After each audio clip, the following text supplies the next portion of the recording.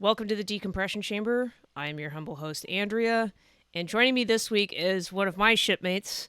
I've had a habit of the first several episodes of interviewing people who have served 30 or more years ago, but this week we have a more recent veteran, my pal, my shipmate, Curtis Lenz. How are you doing, Curtis? I'm doing pretty good. How have you been? I've been great, and just so people know, we have about a decade to catch up on. This Yeah. is the first time we've talked since we were both over in the Middle East, over in Bahrain. So this is going to be great. I'm so excited that you could be on and get to catch up and put that out to the world. Right. I'm just super happy. I was scrolling on Facebook and saw you put this ad out. And I was like, oh, hell yeah! I got to talk to my homegirl. Awesome. Yeah. Well, thanks so much for coming on. And yeah, just to kind of let everyone know, but also to let you know, I want to get people's stories of service, but, we kind of want to get the before and after as well because uh, we didn't enter the military in a vacuum. We heard stories about it growing up, had some vision of maybe what we wanted to be. I thought that I should be an EOD technician.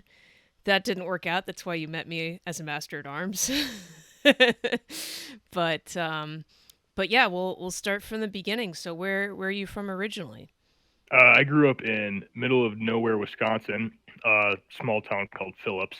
Okay. So if you've heard of Milwaukee, I assume, right? Of course. Nowhere near there. All right.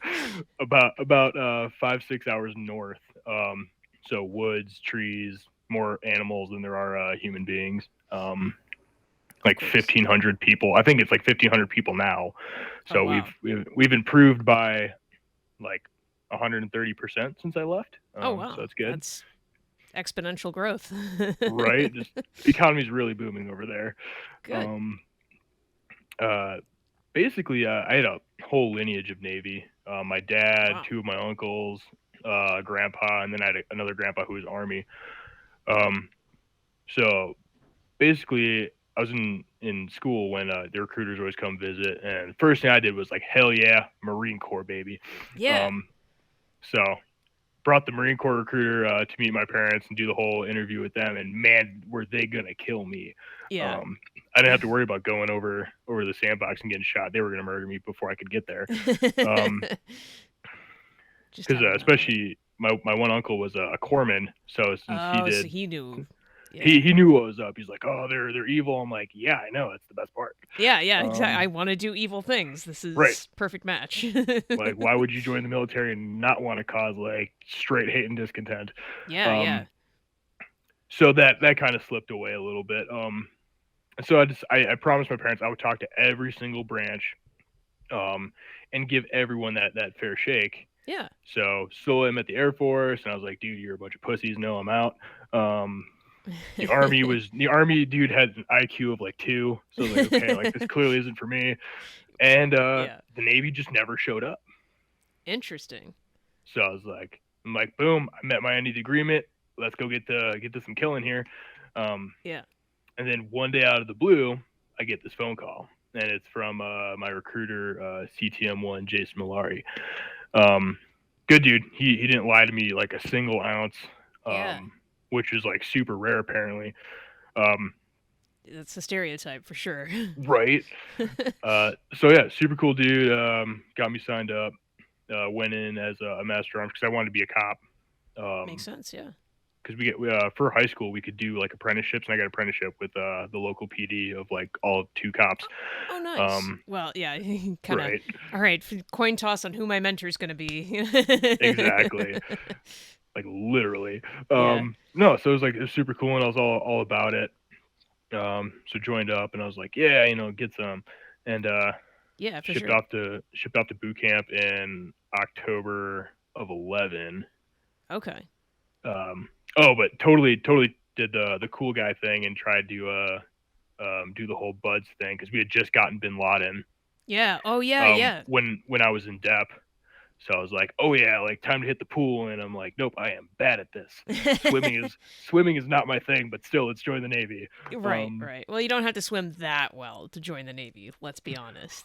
which I learned I'm actually like damn near Michael Phelps compared to half the people I went to boot camp with. Oh, yeah, yeah. Like Yeah, swim remediation classes. Now, The one thing I wanted to ask, I mean, your entire Yeah. family lives in Wisconsin, but they all were in the Navy. Right. It's Super just, weird. Like we technically have water, but yeah, it's you not know, salty. Yeah. no, very very just mud. Eh, Um, but yeah, but that works. that was pretty much it. Like yeah, we had canoes, not battleships and aircraft carriers. Yeah. So Yeah. So you had, some sailing experience, more like self propulsion than, say, right, an right. engine. It's all in the triceps with kayaks. Exactly.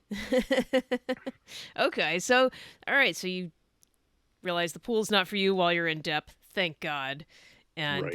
And then you're off to boot camp, and you like you said, you knew you wanted to be a master at arms. How long were you in depth for? 8 months. Yeah, I was on the longer end too, for Yeah. sure. Yeah. I pretty much told him I refused to sign up for anything else if that wasn't in the cards. Yeah, yeah, Um, so go awesome. to get through depth, go to boot camp. I got put in a 900 division. So all the fancy people that either play instruments, sing, or serve the chain of command lemonade during graduation. Uh, Um, which category did you fall into? The last lemonade. one. All Oh right, yeah, totally lemonade made guy. lemonade. Hell yeah. It was terrible. Like the ratio was off. It tasted like pink water. Well, Um, they don't have high expectations, I don't imagine. So no, no, yeah. not at all. They just kind of smile and wave and like, oh, you're dumb. Welcome to the Navy. And it's like, you're welcome. I'm here. I'm stupid for everybody. Um, but no, so I remember you do the spec war brief, and then you could go try out. So I tried out and actually passed. Oh, Like good for you. the standard was super low Yeah. um, for all that. In comparison to depth, where it was super competitive. Like at boot camp, like cool, you passed. Like congratulations. I'm like dibs, I'm in. So I ended up getting a buds contract. Oh wow. Um, Awesome. and that lasted all of like 3 days until I drowned, and I was like, nope, this clearly again isn't for me. Yeah. Um, Yeah. went back to MA. Yeah. Yeah. Definitely for the best. I did those cuz I did have an EOD contract. I did do the whole 9 yards while I was in boot camp. Do not recommend, unless that's something No, that like you would die to do and that you've spent like your whole life doing it, you've dreamed about it. yeah, Um and yeah. Yeah, definitely better to just go regular Navy, do that yep, thing. So yeah, I had a little bit more of a time consuming detour, but hey, at least I know, and you right, know too. It took you a lot less time to figure it out. right, and your death experience, which I think throughout our hour you're gonna find I got a lot of those.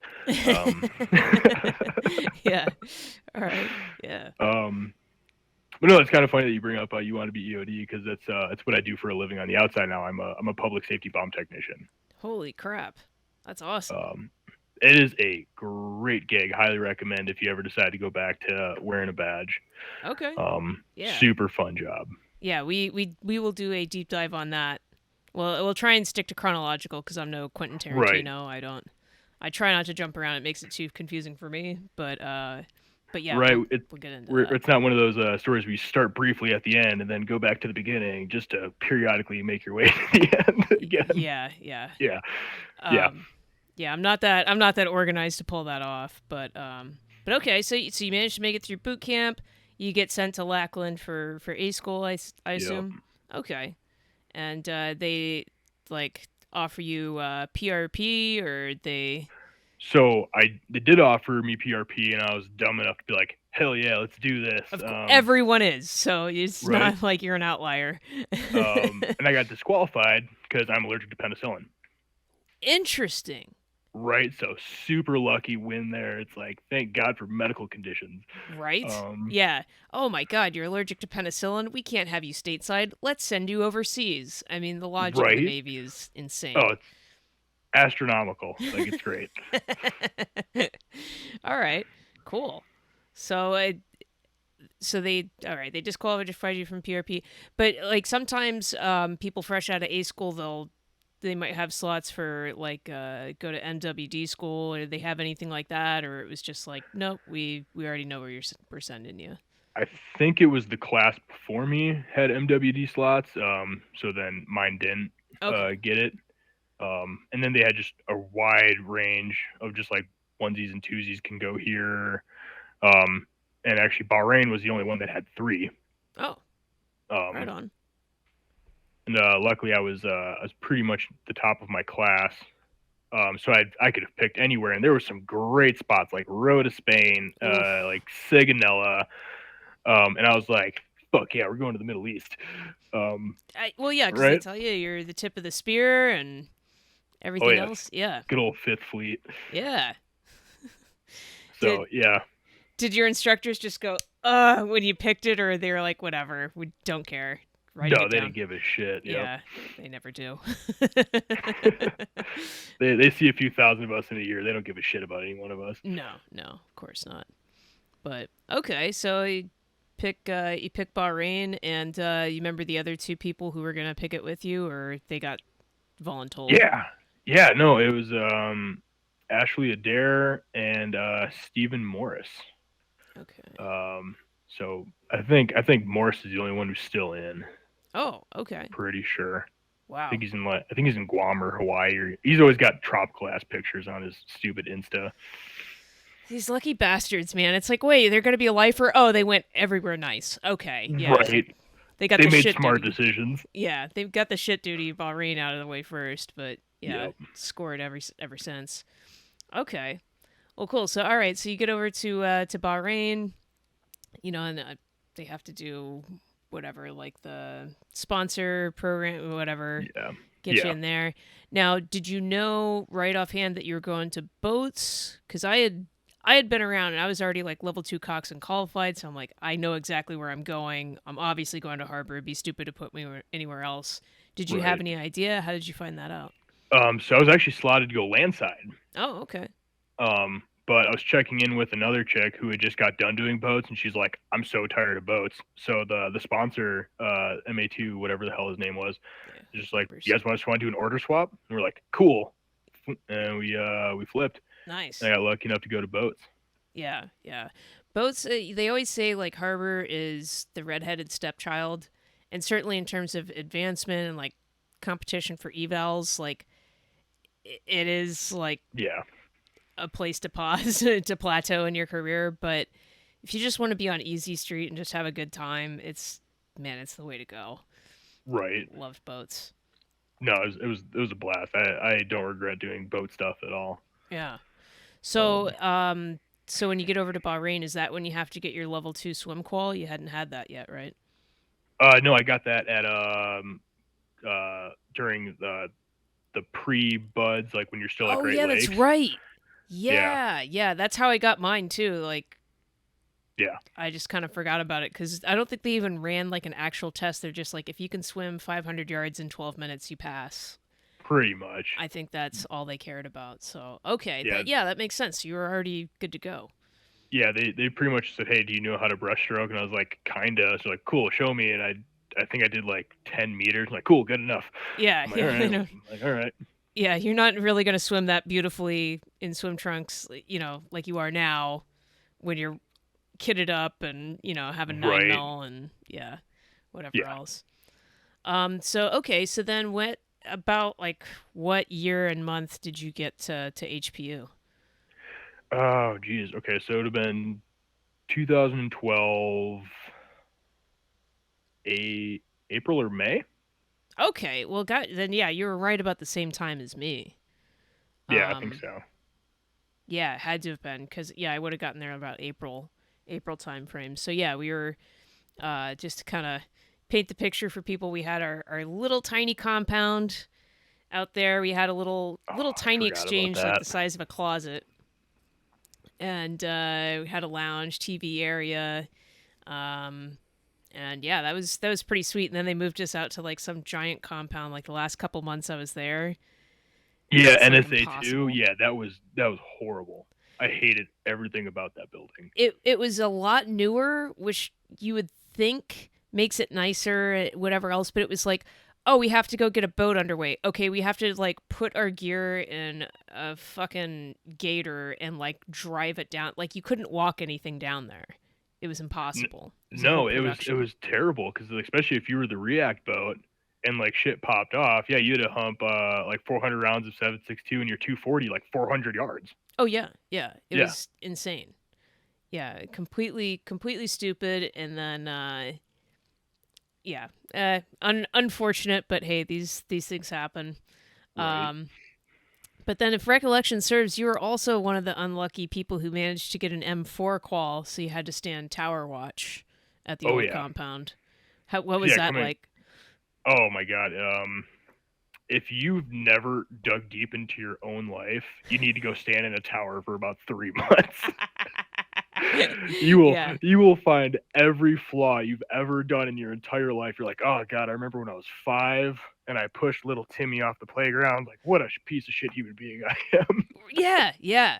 Well, because that's the worst watch, not because like, oh, I'm in a tower versus a boat. Like that's not the deciding factor. It's I'm by myself. Because a Right, boat, you've got one other person, or like you can kind of screw around on the VHF or something with your buddies. right. But up there by yourself at the tower, maybe you have a stray dog to keep you company. Yeah, all you have is your own thoughts, and that could be a very dangerous thing. Right, and if you're on nights, you couldn't even sneak your laptop up because your laptop would emit light, and then they'd see you, and you're like, "Oh, damn it, you caught me! I'm not paying attention." Yeah. Well, I do remember because you were a younger guy right out of high school at our old compound.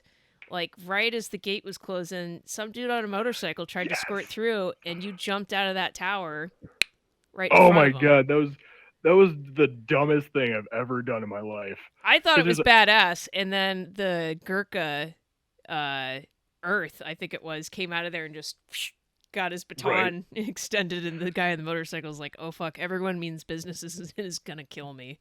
right. It was because yeah, there's that huge bridge. That was the only thing that connected our compound to the mainland, and so I see the gate just moving like cold molasses in January, and I see this motorcycle. And I'm just like, yeah, he's not gonna make it. I look down at the gate, look back up at him, like, nah, he's not gonna make it. But it's getting closer.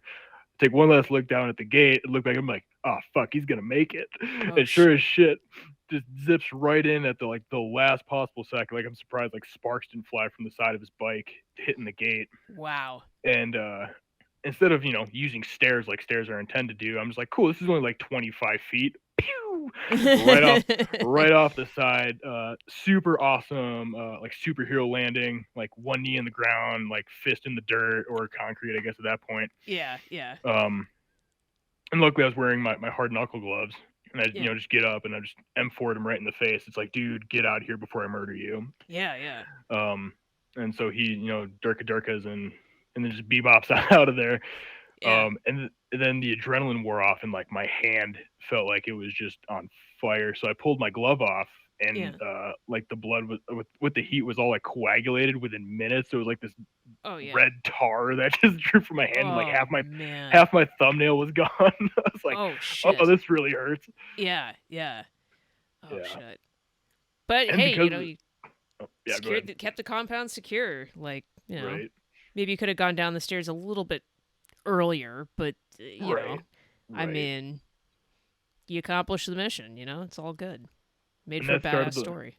and that started the whole like you can't be in the tower anymore, and then like you never saw anything. So then okay, everyone back in the tower, and there's just this roller coaster of whether or not you could be in the tower. It Yeah. was awesome. And that incident cost us the championship against the British, which really Ah. made me upset because I was the command goalkeeper for the soccer team. Oh, okay. Um, and we had lost to them, so we were in the loser bracket and won all the way back to the final game. We got through the first game because we had to beat them twice in a row. Oh, okay. So we beat them, and then my phone goes off, and it was Emmy Johnson. He's like, "Hey man, we need you to come back in and like do a statement on what the hell happened." All So it's like, right.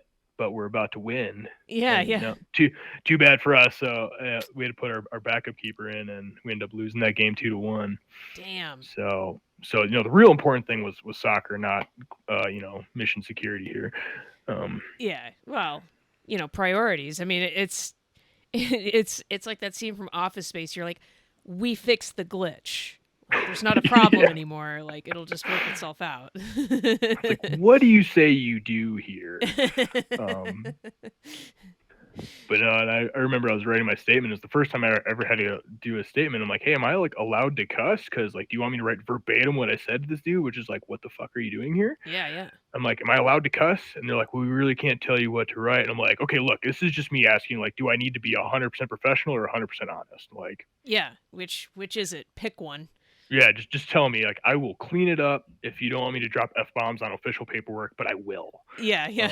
Um, and I remember I'm just handwriting this whole crap, Yeah. and Master Chief pokes his head out the office. He goes, "You should have killed him," and then just shut the door. Oh my god, Hi, there's a baby. unicorn. There is a unicorn. That's Maddie. She's 4.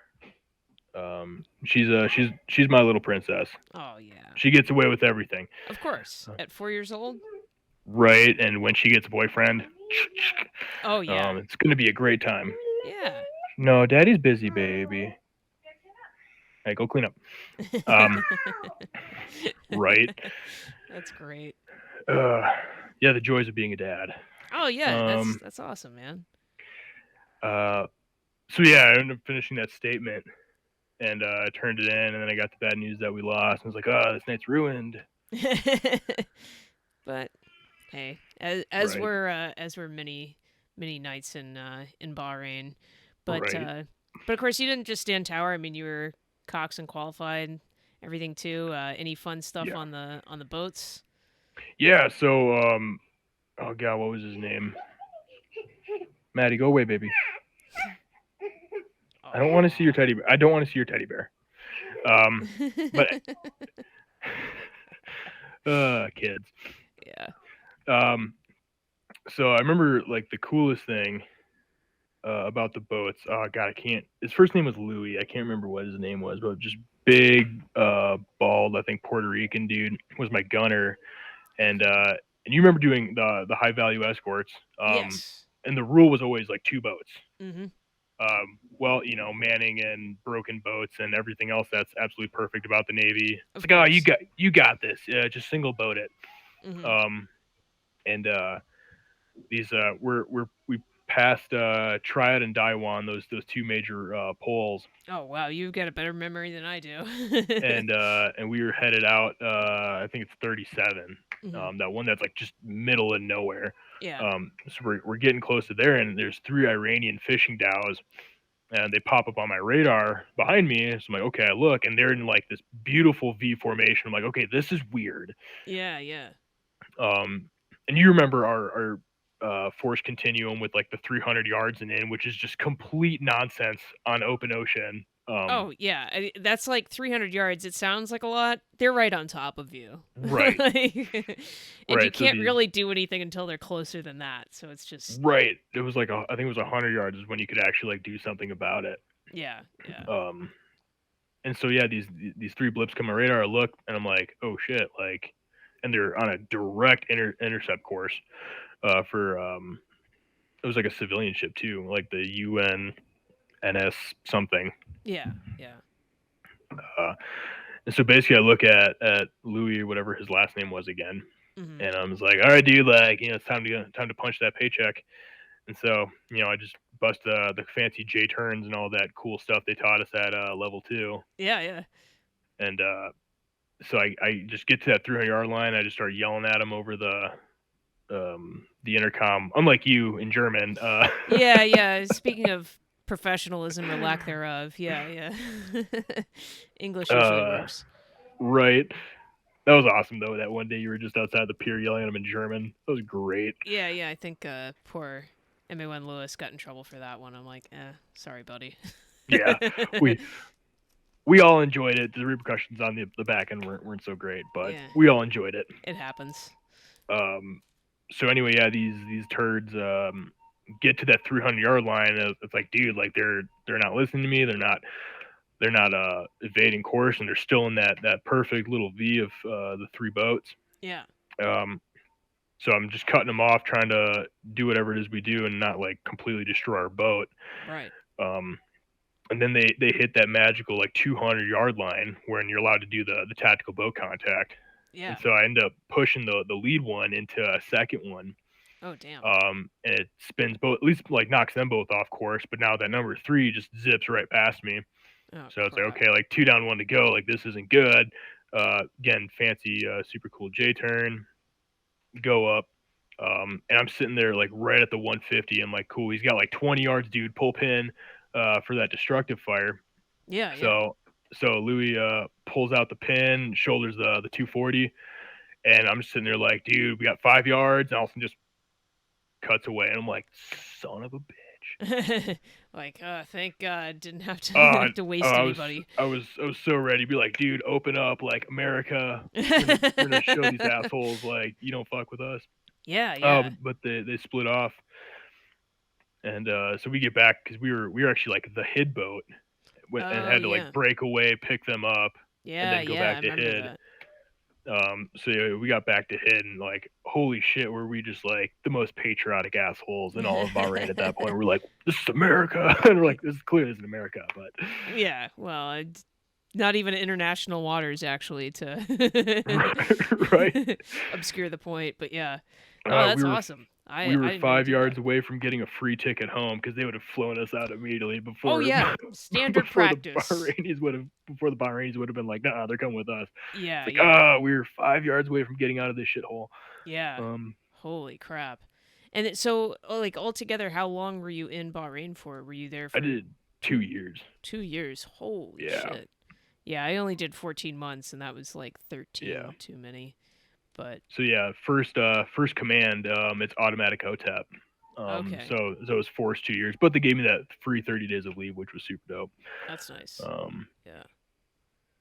but yeah, that was about the only like super cool thing.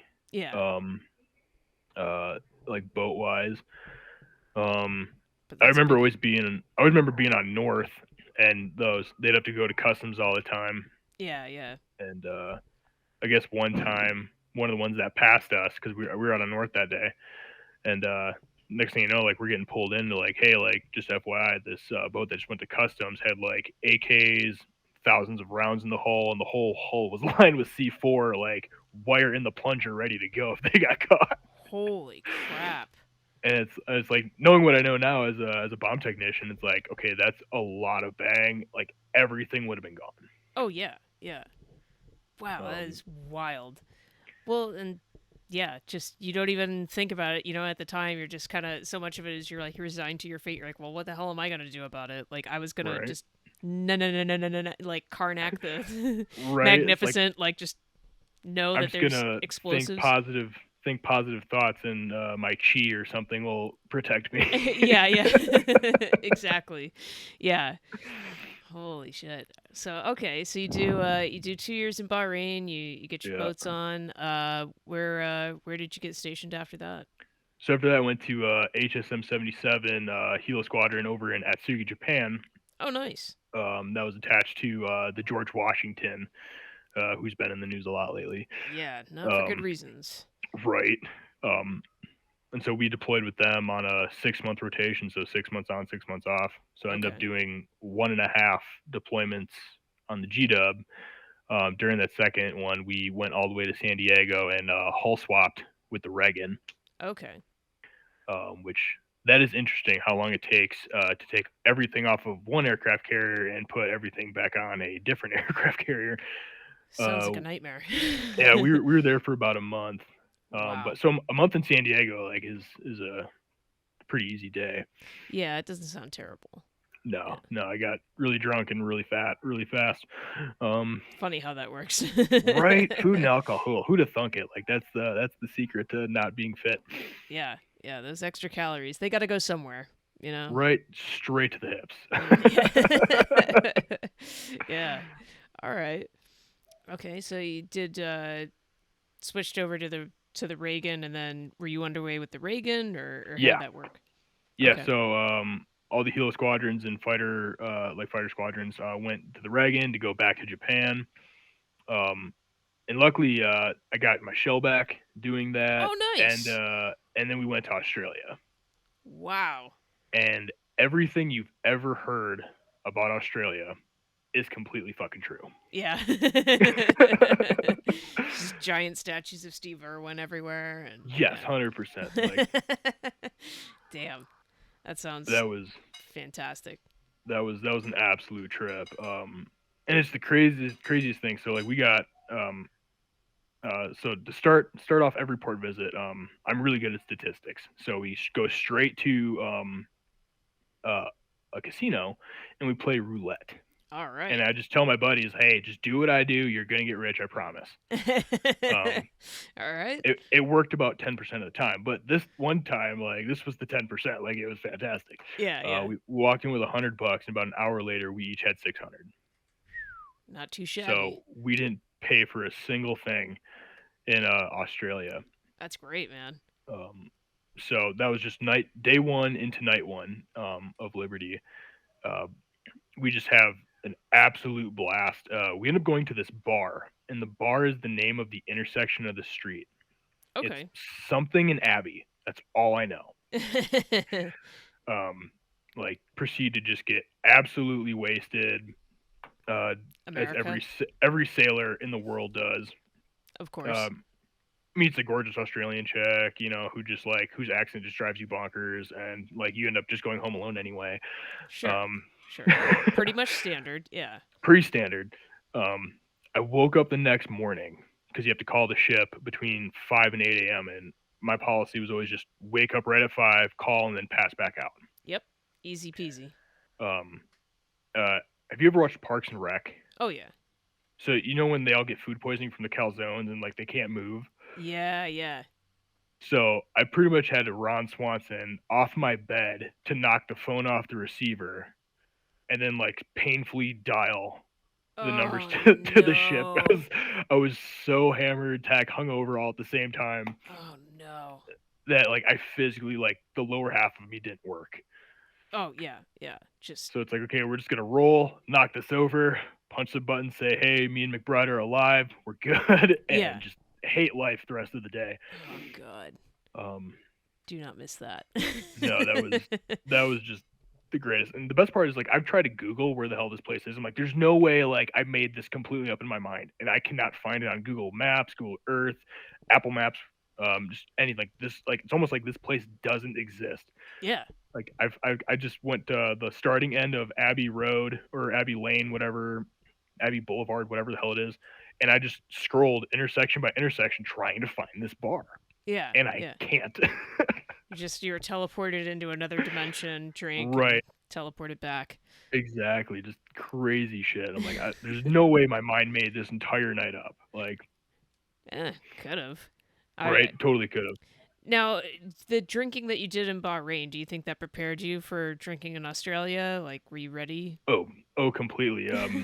Being 19 years old and being legally allowed to drink was just the greatest thing ever. It's like, yeah, this is why I'm here. Like, I'm here to, kick some ass and just get hammered every off day, Oh, of course. which Yeah. pretty much happened. And at the Bahraini dinar exchange rate, that was a very expensive lesson. Yes. Yes, indeed. Um, Yeah. I weep for the amount of money I could have made if I just like I haven't had a drink in a few years now, and yeah, nice. if I just like if I went to Bahrain now, like I'd pocket 20 grand probably Yeah, because it yeah, just easy. I'm not spending money on stupid shit. Right. Right. So, Yeah, 100%. but let bygones be bygones. You're only young once, so whatever. But all right. So how long were you in Australia for? 5 days. Okay. Well, you hit the ground running.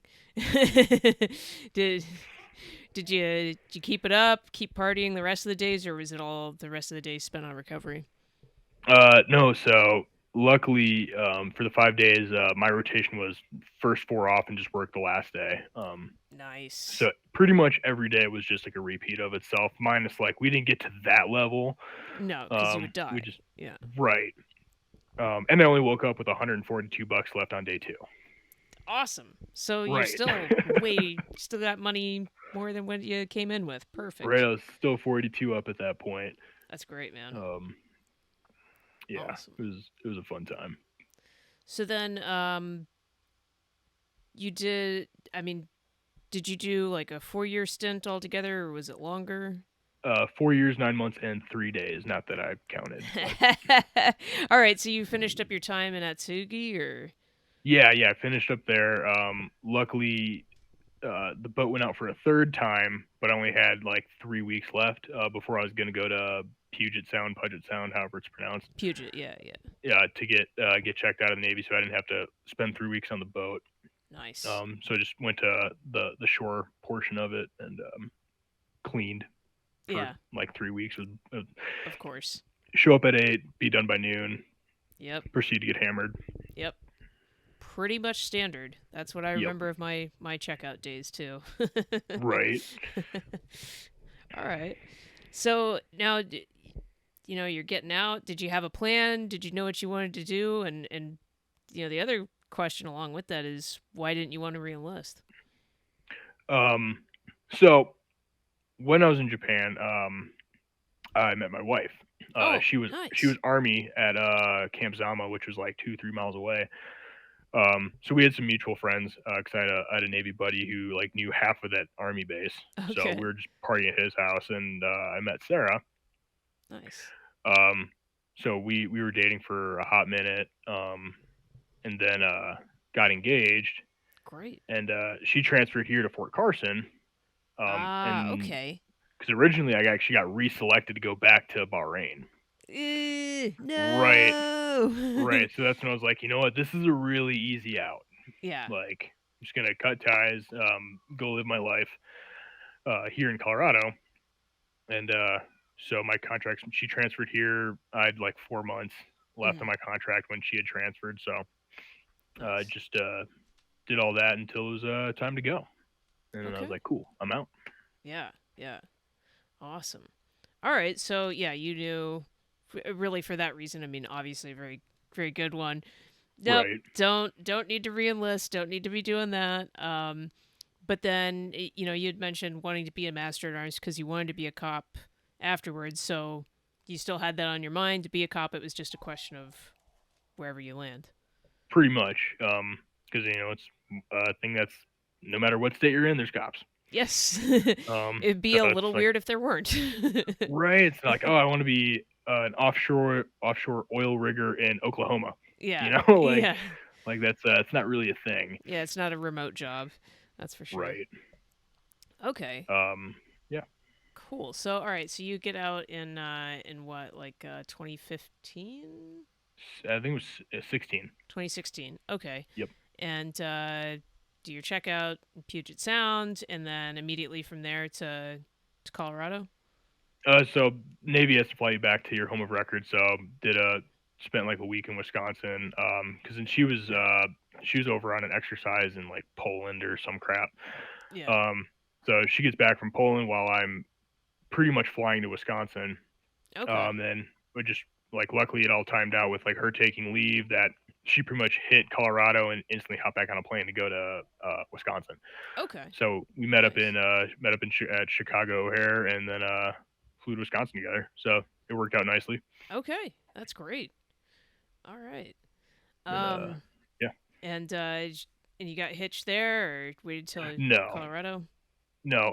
So pretty much yeah, we just spent the week, packed all the crap out of my old room, um, Yep. and then made the like 16-hour trek all the way out here to Colorado.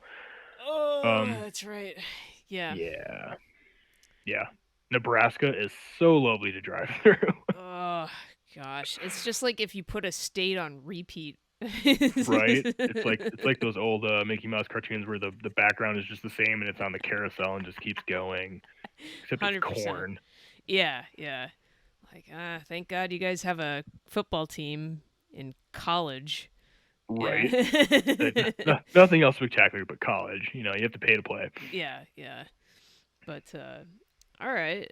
Nice. Yeah, 16-hour drive. Holy crap. Yeah. Yeah, Yeah, I when I moved out here to New York, I had a U-Haul and I had my car trailered and I had my cat as a co-pilot. And I drove nice. from Utah all the way out to New York. It was like, That's right. You're all the way from Utah. That's right. yeah, well, yeah, at the time. So yeah, that was a trek, But hey, 16 hours, especially if it's just, you're driving a passenger car and you've got someone else with you. Hopefully it Right. wasn't too torturous. No, and we busted up over 2 days. Like we were lazy about it. Yeah, yeah, might as well take your time. You'll, You're right. once you're in Colorado, you're there. So, Right.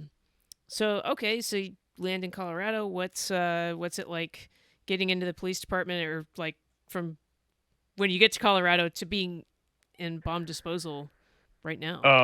Yeah. So basically, I used 'cause I would have actually done a full 5 years, um, but I did the like college waiver thing to get 3 months out early. Oh, okay. Um, Yeah, yeah, I remember that. so Nice. then got here and I started college. Super easy, just criminal justice degree. Never Oh, finished. yeah. So college dropout. It's amazing. Um, Just tell people you finished college in like 2 years. right. You don't have to mention that you didn't get a degree. They'll just be like, "Wow, all right, sweet. You must No, have had a lot of transfer absolutely. credits from the Navy." Oh yeah, they gave me a whopping 17. That's Um, actually a lot higher than I usually hear. oh So, really? Wow. yeah. But I mean, Um, but you're going for a degree that actually makes sense, so that's probably why. But good. so basically from there, so I didn't go straight into the reserves. I was like, screw this, I'm out, like deuces. Yeah. And Yeah, same here. so then when I was going to college and pretty much told myself like, look, I'll apply to the state troopers because I was like, they're always hiring. Of And course. it's like, and if I don't get anything within the next 6 months, then I'll go back to reserves just for the cheap health care, even though she was still in. So we had TRICARE Mhm. like normal, but just the extra like $300 a month Yeah, and yeah. all that jazz. It's like whatever. Got Um, something. Yep. right, and just keeps me busy a little bit. Yeah. Beats playing Xbox on the couch or when I'm not at school. Yeah, yeah, exactly. It's like I'm Smart. 25 years old, like, and I'm sitting on the couch playing video games. Like, what am I doing with my life here? Yeah. Yeah, I Um, shouldn't be having an existential crisis at quarter century year old. Yeah. right. Um, so long story short, I didn't get picked up by the state troopers. Ah. Um, so that's when I was like, okay, cool. I'll go rehash it out with the Navy. Um, so during the reserves, I was still just an MA2. Um, about 3 months in, I took the advancement exam, picked up first. Damn. Um, That's awesome. so I was like, okay, cool. Like my problems are over. I've hit the sweet spot of E6. Like Yeah. people can't like no one's gonna tell me what to do. I'm gonna bark orders, and like your problems get existentially worse. Oh yeah. Yeah, they At really E6. do. It's like, I was like, oh, holy this is shit. the worst rank ever. Like, why did I get promoted? Yes. Well, and especially, how long were you in the IRR before you went back into the drilling reserves? Like 6 months. I was always okay, so it's still fresh Yeah. in your mind. Okay, that makes sense. Right. Um, and so like luckily I was at like a week from uh not being considered no separation in service, and I had to like redo everything. But since I was like sub 6 months by like a week, they Mhm. don't even count it as a break in service. They just say, "Cool, you're good." Oh, okay, that's So I nice. literally just had to re-swear in, and that was it. Like I was out of the Navy and back in the Navy within like 27 hours. Ah, okay, okay. Yeah, I Um, was I was IRR for 3 years, so I had to go back to MEPS, yeah, which sounds like it would suck. It didn't. It was hilarious because right, I'd done it before. I knew what to expect. Like, okay, I right, understand this guy's fucking with me. I can tell him to screw off, whatever.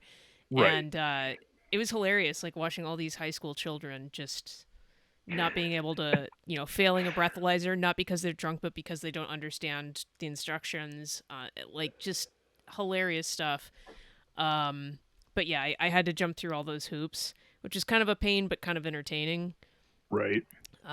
And then same thing. It was like I'm in the reserves. I'm like, wait, how do I salute people again? They're like, oh, you're taking the advancement exam. Excuse me. Cool, right? Yeah, so it was kind of a disaster, but you picked up right away. That's awesome. Like, what?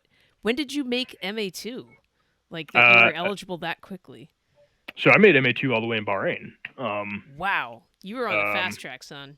Woo! so so like I had mentioned, I was like top of my class for A school, so I Yeah, got auto promoted to E4 with nice. that 1 year extension, which is why I ended up doing about five.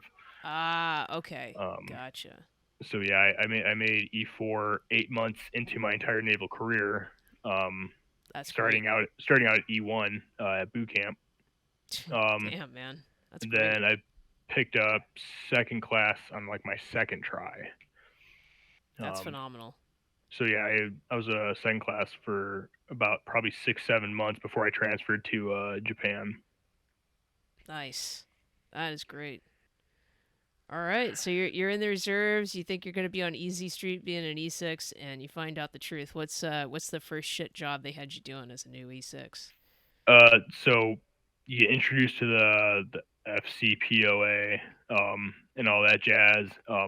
Like literally, like one of the first things I did after the frocking ceremonies, I had to go to CPO 365, Of course, got to learn how and to be a chief now that you're a first class. and holy shit, do I just like despise the entire goat locker because of it. Oh yeah, yeah. Um, so the topic was honorary chiefs. What a snore Yeah, fest. right, right. A topic that just 100% doesn't fucking Bill matter. Cosby, Ernest Borgnine. We're just gonna start the list off real strong there. Yeah. Of Um. course, yeah. But yeah, so just and this poor dude is just struggle busing his way through this PowerPoint that he wrote, and it was just a train wreck, and you couldn't look away. There was so much chaos and disaster. You're like, oh Oh man, this man. dude is drowning. Oh, that sucks. And this senior chief just like stops him, cuts him off, gets up in the front, and starts just reaming us for not helping him. Like, you see your shipmate drowning and you're just gonna sit there? I'm like, absolutely. I don't know what the fuck's going on. Yeah, exactly. Yes, I didn't I even know we will. had honorary chiefs until like I sat down 2 minutes ago. Yeah, yeah.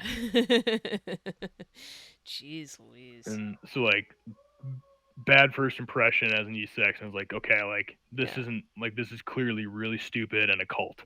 Yes. Yeah, exactly. Nailed it. Yeah. Yeah. And then and so I just kind of like sat in like we had like our own little MA office because there was like a dozen of us. Out of this unit of like 60 people, there was like 12 to 15 of us that were all MAs of various ranks.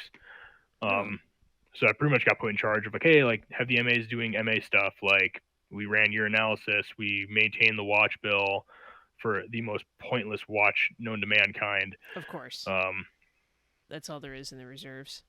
right, it's like cool. I'm on an army base. The last thing that's going to get attacked is like the small area of squids. Yeah, yeah. Um, They don't and want anything even to if do with this. And even if an active shooter came in, you weren't armed. You stood there and greeted people. You were just the bullet sponge to let everyone else in the building know an active shooter was happening. Exactly. uh, It was so dumb and beautiful. all this crap. Like I always took very huge pride in like my military bearing. That was about it. It was always yes, whatever your rank Yeah. title was, yes sir, no sir, yes chief, whatever. And like when you get like broed on day two from like as an E6 and from an E3, and you're just like, I don't want to sound like an asshole and like pull rank, but like, fucking excuse me, Yeah, what are you doing? come Yeah. on, man, like have a little respect for yourself with the military bearing Yeah, because yeah. it's the least you can do in the reserves because everything else is a joke. Like just hold yourself to a standard. Yeah, it really is. Yeah, and it was weird too because you you know, with active duty it was like rank was important because you didn't really see people off duty that much. Like there'd be no reason for me to be hanging out with a chief. Wouldn't make Right. sense. But in the reserves that got a lot more common, and I actually got to know my XO because I certified as GI Bill enrollment. Oh, nice. So I mean, just kind of like a weird quirk, but it's like, okay, well, I know him as a civilian too, and there's nothing, you know, what was he ever gonna do except that he had to sign off like on my travel stuff, like in Right. DTS or whatever. So if I wanted to be particularly lazy and take a more expensive flight because I wanted to get in at a certain hour, or whatever, he'd just approve it. He would never Right. question if I submitted something, but it's like I'm not trying to rip anyone off. I'm just trying to like not have a 12-hour flight, or something like Right. that. I don't So want to be stuck in Minneapolis for 13 hours. It's like there's yeah, nothing to do there. so like that was like the only like real perk, or anything anything that happened.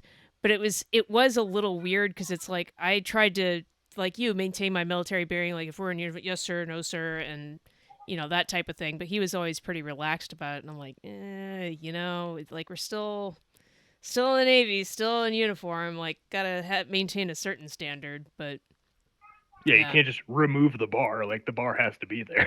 exactly. Yeah, it's not there for you to limbo under. So gotta hit Right. it. But yeah, I know what you mean. So are you still in the reserves, or what's your deal there? No, I have officially been free for a little over a year now. Congratulations. Right. Great Thanks. feeling, isn't it? Oh, it's fantastic. It is like I can have this goatee now. It's fantastic. Oh yeah. Um, and that was pretty much like the straw that broke the camel's back on that because like you know what, I could put up with this for another decade if I really wanted to, Yeah. but I don't. So back when Sarah was pregnant with Maddie, uh, like 7 or 8 months pregnant, like edge of popping here, Yeah, yeah. uh, gets a flat tire, like just other side of town. It would take me 20 minutes, maybe like each direction, and then maybe 5 to 10 to change a tire. Because let's be honest, changing a tire is not hard. Yeah, it's not. Not that anyone in today's generation knows how to do that. But hey. Yeah. But so, so I go to my senior chief and I'm just like, "Hey, senior, like I get it. CPO 365 is about to start. Very pregnant wife, existential crisis, flat tire. Need to go rescue her." Yeah. Uh, well, how important is CPO 365 to you? I look down, I'm like, it's fucking not. Yeah. Like, It never will be. Yeah. I'm not gonna sugarcoat this. Like, Yeah. if I had absolutely nothing going on in my life, Mhm. sure, it's probably important. Yeah. But no, like, Yep. pregnant wife, flat tire, wrong side of town. My ass is leaving whether you approve it or not. Like, take it Yeah. or leave it. Yeah. I'm just giving you the courtesy of prior notice before I Right. walk It's out the like door anyway. this isn't me asking. I'm telling, but I'm saying it in an asking way to make you feel like you have power. Yeah, it's that military bearing that you bring to the table. Right. Right. Exactly. Yeah.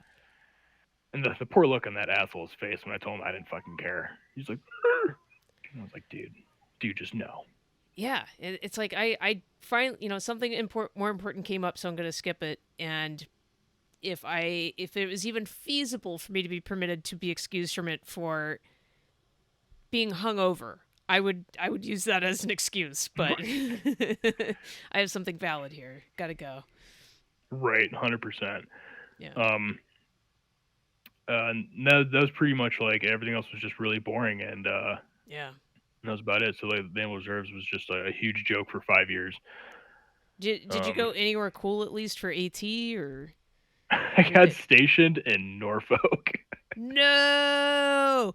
And that's the weird thing, because you're west of the Mississippi. What the hell are you even doing on the eastern seaboard? That's so Right, weird. it's so expensive to send me anywhere. Like Yeah. Well, it was just the dumbest. I was in three different commands for when I was in my 6 years of reserves, right? So I started off in Utah, and okay, you got to pick a billet, and I'm like, I don't know what's going on, and I somehow got selected for the Fourth Fleet, and so I'd go to Florida. I was supposed to go to Florida once a quarter Right, from Utah, and then my AT was in El Salvador. It's completely stupid and pointless, but whatever. Like, it was kind of cool. I didn't mind right, going down there, but yeah, it's like this doesn't make any sense. But I was kind of glad, like, because a lot of guys were like cross assigned out to like China Lake or just some shithole. Like, I got lucky here.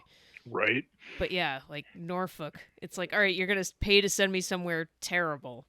Great. right. Like the only upside, like besides it's Norfolk and it sucks. Our little like reserve unit there, we were like a tiny family. Like all we did was hang out. Oh, that's cool. Um, the only major AT for the year was the Oceana Air Show. Sweet. So that's just 3 days of like telling people where to park, which is stupid and hot out, but whatever, like not a big deal. Yeah. Um, but outside of that, like just some people I'm actually like I'm more in contact with the people that I was in the reserves with for a year. that I've maybe spent like 20 days with versus people I've like spent years with action at an actual command. Wow. Yeah. Um, Well, you it depends on the person, but with reserves you have an outside life too, so there can right. be stronger connections there, and it's less of a focus on the military. Whereas like the military, I think for a lot of people, it's just a job. Yeah. And yeah, I have a cat. Me too. Yeah. Well, I don't. The wife has a cat. I just tolerate them. Yeah, she's always making noise and showing her butt and stuff. So Fair enough. um yeah, that's great. So you've been out for a little over a year. You're married. You got 4-year-old Maddie running around. Um, but then we talk about outside life. Um, Obviously, family would be life outside of the military, Right. but obviously you're you're doing bomb disposal stuff. So how did you and when did you get into that? So back in 2017, I got picked up by my current department. So I work for a sheriff's office. So I'm a deputy. Um, Awesome. and everyone starts in the jail. Um, Okay. and corrections is a such a weird animal, but I was like vaguely comfortable Okay. because so did you ever go on an aircraft carrier? No, No, never okay, have. super lucky. As But an MA, yes, yes, right, I heard. 100%. So I get there, and my detentions training officer like teaches me how to do everything, which is just so easy. Like this isn't rocket science. Yeah. Um, but it's super funny because it reminded me 100% of the aircraft carrier. Everything's gray. You Yep. hate everyone you see, and you can't leave. Mm-hmm. Yep. So I'm like, oh, like this is too easy. Like I'm already comfortable, Yeah, I know how this works. right? So I'm just like telling people, hey, don't go here. Hey, don't do that, which is 100% MA on an aircraft carrier. Just a paid babysitter with a gun. Yep. Um, so I was like, okay, this is pretty easy. Like not a big deal. I'm Yeah. relatively decent at talking to people. Yeah. So like I could talk an idiot off a ledge who was trying to get violent with us. Like, hey man, just calm the hell down. Like, Yeah. let's think about the repercussions here. Like, this clearly isn't going to end well for you. Yep. All that kind of stuff. And 9 times out of 10, you talk them down. But once you get hit your year in the jail, you can start working special management, Okay. which is like the batshit psycho maximum security dudes who cover themselves in poo and want to fight every day. Oh, fantastic. Right, you're like, okay, well, it's like, oh, I guess this is happening, man. Like, there's nothing uh, I can do to talk to you because you clearly don't hear me, and I don't want to listen to you anymore. yeah. Yeah. Um, so I did the jail for 14 months, Oof. um, and then I got selected to go to patrol, and that was doing actual cop stuff, going call to call, Yeah. arresting people. Um, I had this about like a 32-day period. I hit the trifecta of shit magnet for law enforcement. Um, got into a very like violent fight against a crazy chick who happened to also have a bucket of like poo and pee. Um, so I was Why just do they? right Where do they like get these buckets from? We need bucket right. control. It's so crazy. Yeah, like we need to start reform right now on 5 gallon buckets. Yes. Um, 5 gallons. Oh my god. I was thinking like gardening. All right. so the crazy thing was this chick lived in like a makeshift room that was like built into the garage. Of Um, course. she was gonna get medically transported because she was just losing her shit. Of Um, Figuratively and literally. Yes. Literally, yeah. Um, so of course America's heroes don't want to get confrontational, so they call the cops. Like, hey, we got this violent resistor. We need you to take control of her, so then we can transport her. And it's like, all right, cool, not a big deal. Yeah. We just hear her going off, Yeah. and so my partner, she gets on the radio and she's like, hey, just get a supervisor here because like this is going to be a fight. Like, there's no way around it. We just Yep. want a supervisor here to like say, yeah, we're doing shit correctly. Well, Mm-hmm. before he can get there, she comes out with this bucket and just locks eyes with me, and Oh no. I'm like, okay, well, this is happening. Like, so I Yeah. draw so I pull out my taser, and I'm like, hey, like seriously, come on, knock it off. Like, I'm just gonna tase you. Yeah. Like, all you gotta do is put the bucket down. We can talk, even though we're not gonna talk this out because you're Yeah. off in You're some having an episode. excited delirium somewhere. Yeah. It's like we're not gonna talk about this, but I don't want to tase you, so please don't. Yeah. So she comes charging at me, and her caretaker decides to like jump in the way because I was about to just pop the taser on her and it was just going to be over. Yeah. But here he jumps in the way, like Secret Service for the president. So luckily I had enough like restraint to not just shoot him in the ass with my taser. Oh god. But he eats this entire bucket. Oh no. And Oh. so I'm just sitting there watching it. At this point, like I'm in shock. I'm like, oh, that just fucking happened. And Oh then god. she turns and looks at me. I'm like, oh shit, it's back on. So I'm trying to holster my taser at this point because I'm like, okay, like there's too many like potential things that go wrong. She no longer has the bucket. Yeah. I'm just gonna introduce her to gravity. Yeah. So she comes at me with like tries like an overhand swing, which is super easy, telegraphed. Okay, block, grab, wrap, pick up, and gravity. Yes. Super awesome time. You have such a positive attitude about it, you know? Right, it's just there's so much horrible crap that you see in law enforcement. It's hard not to just like laugh about everything. Yeah. Yeah. And this is just the first incident. It gets way worse. Oh jeez. In this trifecta. Um, so then basically like we get her in cuffs. She gets charged with assault on a peace officer, like whatever. I didn't care. We make terrible victims because we don't care. Right, right. And it's like whatever. She tried to hit me, thumped her, whatever. Not a big deal. Yeah. Um, but so at the time that was like when COVID first hit and like barbershops weren't open. So I was actually like shaving my head Yeah. because I'm like I can't have hair. Like it's too hot, and here in Colorado it's super dry. So then I'm walking away back to my car to go drive home, get a fresh uniform on because I got a little bit of stainage from like remnants of whatever the hell was on her. Exactly. And they just go like, "Holy shit!" I'm like, "What?" And here it looks like something out of Jurassic Park, where like a velociraptor just down the side of my head from Oh where she clawed me. no. And I was like, God damn it! Now I got to go get hepatitis shots. Yep. Yep.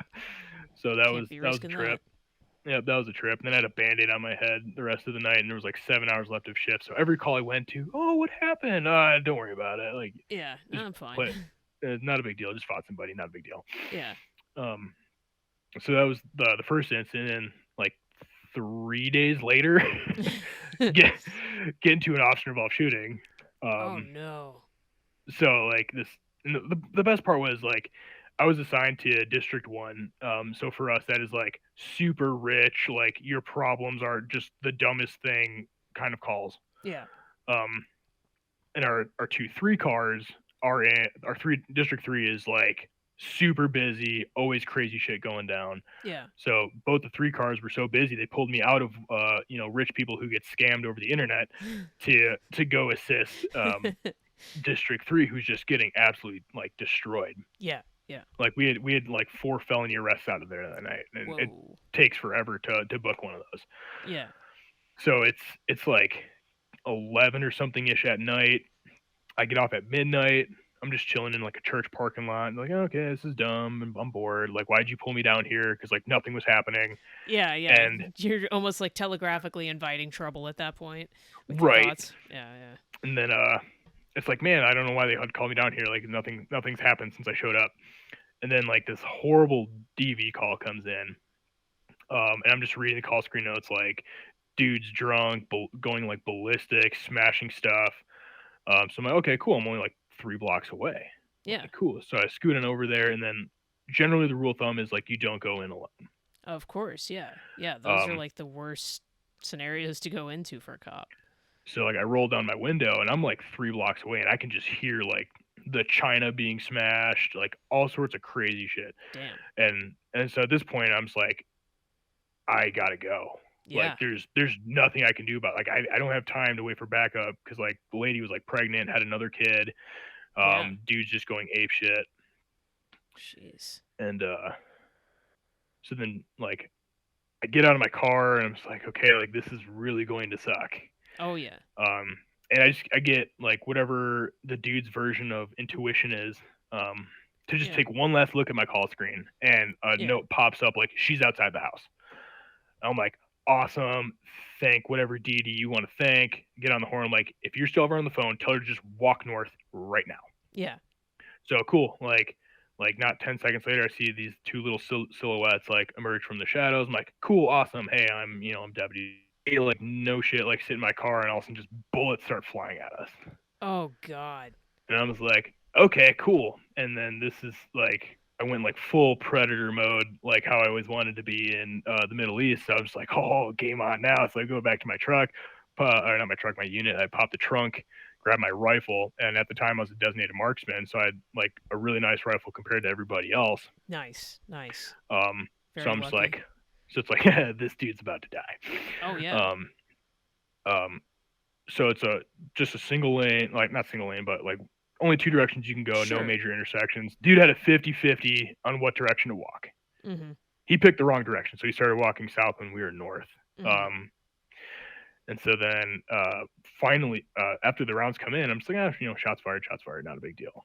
Like, Not a I'm big not, deal. I'm not one of those dudes who screams on the radio. Yeah. Yeah. So they're like, "Did you chase shots fired?" Yeah, I'm getting shot. That's cool. Like, get over, just give me some backup. Let's do this.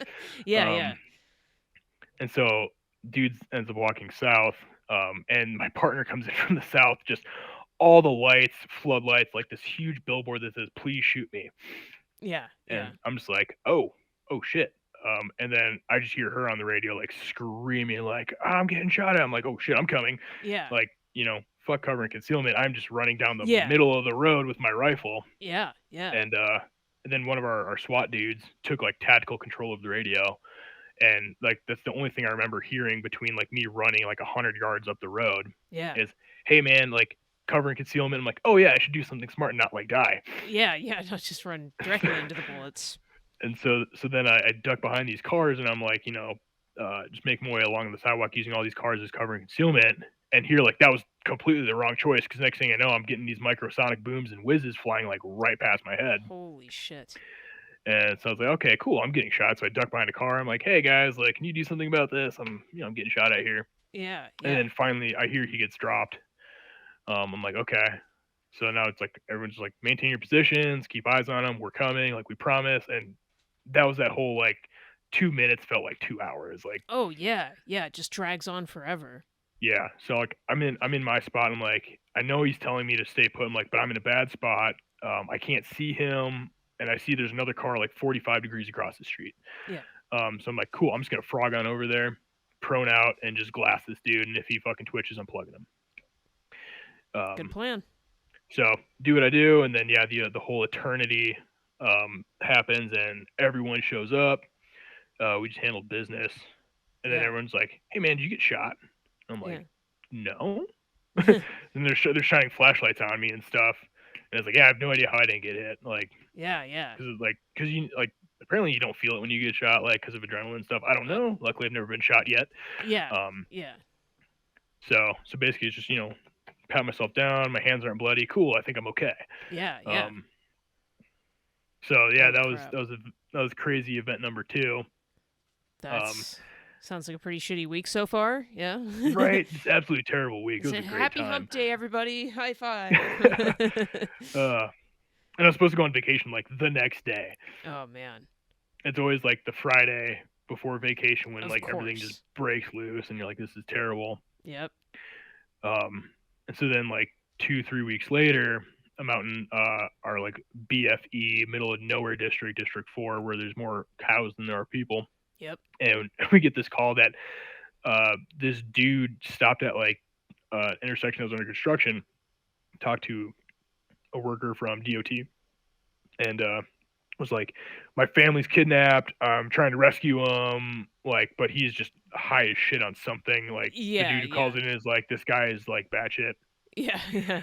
And so we're sitting there at like on the road, like he's supposed to be coming this way. So we're like I at the have a edge of our special set of pills. right. And so we're sitting there at the edge of our jurisdiction, like waiting for this dude to come. A vehicle of similar make model passes by, so I just run and like pull them over. And I'm like, hey, you guys good? And they're like, yeah. I'm like, your family's not being kidnapped? No. Okay, sorry, I have the wrong car. Like, just Yeah.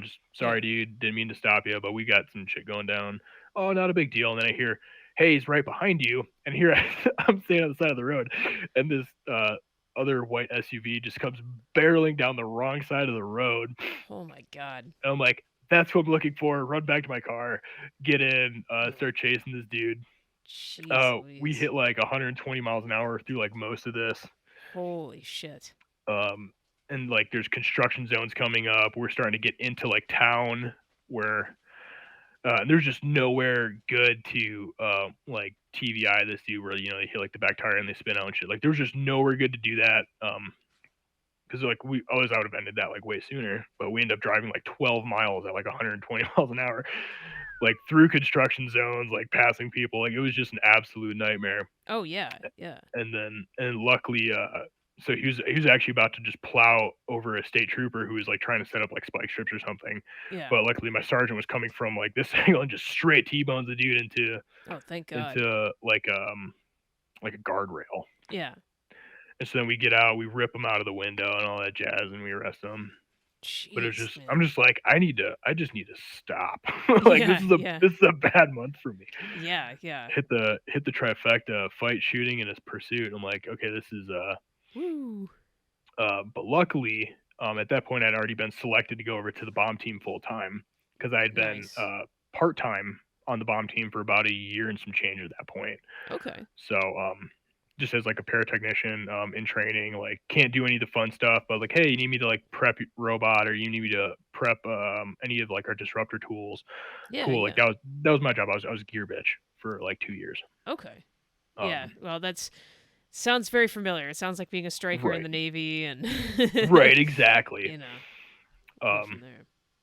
so then luckily, like through all that stuff, they're like, yeah, we need to just like send you over to EOD. So I'm like, cool.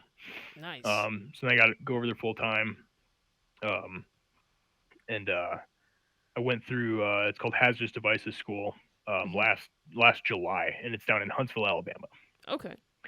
So Nice. 108 degrees in the shade, 100% humidity, Oh, of and you course. wear that big heavy green bomb suit like for 2 weeks straight, and you're just dripping. Oh yeah, yeah. It was an absolute blast. No pun No intended. pun Yeah, intended. yeah. 'Cause you got to blow some stuff up too. That's Um, great, man. so I finished that course. And it was actually like a really hard course. Like Oh yeah. we've done like naval schools and all that stuff. And you're like, okay, it was good training, but at the end of it, nothing was really hard. This was actually like kind of tough. Yeah, yeah. So Well, like I got it's not really. It doesn't strike me as a job for someone who uses the end of eraser end of a pencil. Put it that way. you would be so surprised Really? some of the people in the Bob Tech community who make it through. Like they are dumb as fuck. Oh, that Um, I feel better already. right? Yeah, like you would be like top of the class. Like you'd do just fine. Well, yeah, Um, there was just a bomb threat at 35th and 7th, right near Penn Station here in New oh York nice. City, and that's right where some of my friends have a podcasting studio, and it was one of those things where they're like, yeah, it went on for several hours, where they're like trying to clear it, and they're like, yeah, I think probably like as soon as the bomb guy looked at it, he's like, yeah, that's not a bomb, but like let's use this Right. as like a training exercise and like just go through our protocols type deal. Right. But yeah, luckily it wasn't Yeah. anything. Because yeah, I was actually in the suit operationally like a week and a half ago for like the exact same thing. No shit. Crazy dude just runs up to one of our WalMarts. It's a bomb. Throws his bag and like books it. And we're like, okay, well, I guess I'm getting in the suit. So get in the suit. Do what is what we do, and it's just homeless clothes and Yeah, of other course. other stupid shit. Like it's nothing, but Yeah, it's what he meant to say. It's a BM. It's just right, it's exactly, wrapped up in his homeless clothes that he lobbed at some woman's head. right. Beautiful, beautiful. But yeah, no, it was just a super fun job. We train all the time. But to justify, like, obviously, there's not bombs every single day. Right, Um, right. so we also do arson. So we're the arson detectives. Ah, okay, Um, makes sense. so it's all sorts of fun and all that jazz. But the one thing that's like super cool about our job is we're regional. So I'm not just stuck to the county I'm in or just the city I'm in. Like we actually cover about almost half of the state of Colorado. So I Oh go out to wow. the old mining community when like grandpa dies and he's got sticks of dynamite in his attic that are 60 years old and sweating nitroglycerin. And you're like, this is really bad. Yeah, yeah. No shit. Or like old Woo. copper caps that are super sensitive to static. Um, That's like wild. all sorts of fun stuff. Wow. But so I talked to I have a lot of friends in the bomb community from a whole bunch of agencies, and they're like, so how many like calls do you go on in a year? And when I say I do about 300 calls a year, Wow. like their jaw hits the floor. Like we get like 12. Yeah, yeah. Um, But yeah, they got you hoofing it all over the place, right. you know? And that, as I said, like we're in the mining community, so it's like super justifiable why we're full time. That's all I do, Yeah, because yeah. we're constantly going out. But another scary statistic is I've not even been a certified tech for a year now. It'll be a year like next month. Um, Happy I've anniversary. I've disarmed 9 IEDs. God damn. Right, like you're just like, oh, like how often does like a bomb tech actually go on a real bomb? I've done 9. That's And and in Colorado, like you wouldn't think that. right, and that's just me. Like there's 7 other dudes on our team who also like get to have turns doing the fun stuff. Yeah, it's not like you were the lucky guy every time. Now, I mean, can you talk about that at all? Is like that there's a Some of emerging them, pattern? sure. Yeah, some of them, sure. So like one that we did, so we got Pikes Peak, and super awesome touristy area, all that good shit. Um, and there's a highway that just goes up the whole way. So these guys are um in the middle of the woods. They work on the highway. They go eat lunch in nature, all that fun shit. Hmm. And they come across this huge hole in the ground. Yeah. And so they jump in this hole. It's like an underground bunker, Hmm. like somebody's little like awesome hidey hole. They find this ammo can, and they're like, "Oh, cool! Like free ammo, because ammo's Of course. it's the Yeah. ass right now." Open it up, and inside are 2 pipe bombs. Oh shit.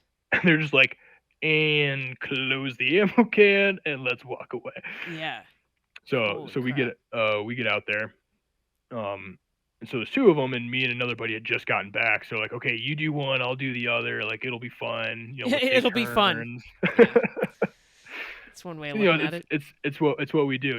We have a few screws loose, because otherwise, why would you do this job? Um, Exactly. so like my buddy takes care of his, and so standard pipe bomb, cast steel or cast iron, simple fuse. So we understood how it functioned. We took X-rays of it. We knew what was on the inside. Hmm. Um, he got lucky. His had all of the nails and additional frag on the inside of the pipe. So all you do is do what we do to disassemble it and just pour everything out. Hmm. I, on the other hand, all the external frag and nails were taped to the outside. Ah, yeah. So to do what we do to get rid of it, I had to remove like layers of that tape. So I'm just like laying on my belly in the dirt with like a knife, just like, all right, nice and slow, just peeling peeling away layers of tape and nails. It's like, man, I really hope Holy this don't go off, because shit. that would hurt, Yeah, yeah. Or it wouldn't, because it would or just it would no obliterate longer you be in my an problem. Yeah, instant. Yeah, before you could process what was going on. right. So Holy shit. take 5-10 minutes just peeling all that shit away, and then we take care of it, and it was all said and done. It was over. Yeah. And so we have a dude on our team who's like team dad. Hmm. He's like 50. The rest of us are in our like late 20s, early 30s. So he's talking to the people who run like Pikes Peak Highway, Hmm. and he's like, they're really good. We train them, yada yada. And he says something to the effect of, "Curtis, what do I always tell you about safety and liability?" And this is while I'm peeling all that shit away. I just peek my head. I'm like, "Oh, it's optional." I just keep going. Beautiful.